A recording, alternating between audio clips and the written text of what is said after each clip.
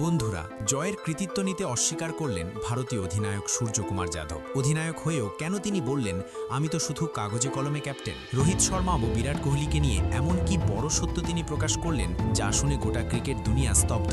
নাগপুর টি-20-র পর এটাই ভারতীয় ক্রিকেটের সবচেয়ে সৎ, সবচেয়ে সাহসী আর হৃদয় জয় করা মুহূর্ত। নাগপুরের ঐতিহাসিক মাঠে প্রথম টি-20-তে ভারত নিউজিল্যান্ডকে কার্যত ধ্বংস করে দেয়। টস হেরে প্রথমে ব্যাট করতে নেমে অভিষেক শর্মা ও রিঙ্কু সিংয়ের বিধ্বংসী ইনিংসের জোরে ভারত তোলে 7 উইকেটে 238 রান। জবাবে 239 রানের লক্ষ্য তাড়া করতে নেমে নিউজিল্যান্ড মাত্র 190 রানে অল আউট হয়ে যায়। ফলাফল ভারতের 48 রানের বিশাল জয়। এই জয়ের নায়ক হিসেবে ব্যাট হাতে সামনে এসেছেন অভিষেক শর্মা, কিন্তু ম্যাচের আসল হিরো হয়ে উঠেছেন অধিনায়ক সূর্যকুমার যাদব। নিজের খেলায় নয়, বরং নিজের কথায়, নিজের সততায়। ম্যাচ শেষে পোস্ট ম্যাচ প্রেজেন্টেশনে রবি শাস্ত্রী যখন সূর্যের অধিনায়কত্ব ও বোলার রোটেশন নিয়ে প্রশংসা করেন, তখন সূর্য এক মুহূর্ত না ভেবে এমন এক সত্য বলে দেন যা বলার জন্য সত্যিই সাহস লাগে। তিনি স্পষ্ট ভাষায় বলেন, ম্যাচটা হয়তো আমার অধিনায়কত্বে জেতা হয়েছে, কিন্তু চিন্তাভাবনা ছিল রোহিত শর্মা আর বিরাট কোহলির। এই কথার গভীরতা বুঝতে হলে সূর্যের অবস্থাটা বুঝতে হবে। তার ফর্ম নিয়ে প্রশ্ন ছিল, অধিনায়ক হিসেবে নিজেকে প্রমাণ করার চাপ ছিল। এমন পরিস্থিতিতে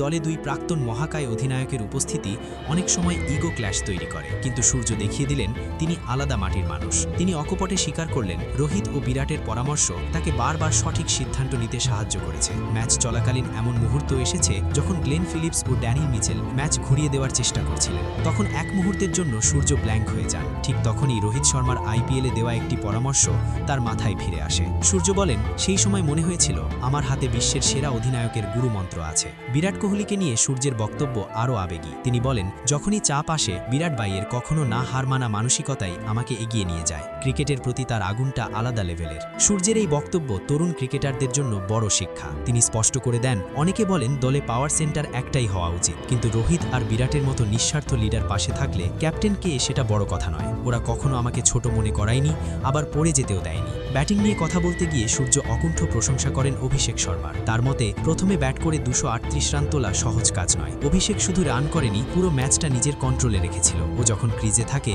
তখন ড্রেসিং রুমে বসে সবাই নিশ্চিন্ত থাকে। রিঙ্কু সিংকে নিয়ে সূর্য বলেন, ঠিক সময় আক্রমণাত্মক ব্যাটিং করে তিনি পুরো চাপটা নিউজিল্যান্ডের উপর চাপিয়ে দেন। এই পার্টনারশিপই ম্যাচের মোড় ঘুরিয়ে দেয়। বোলারদের প্রশংসাতেও সূর্য ছিলেন অকপট।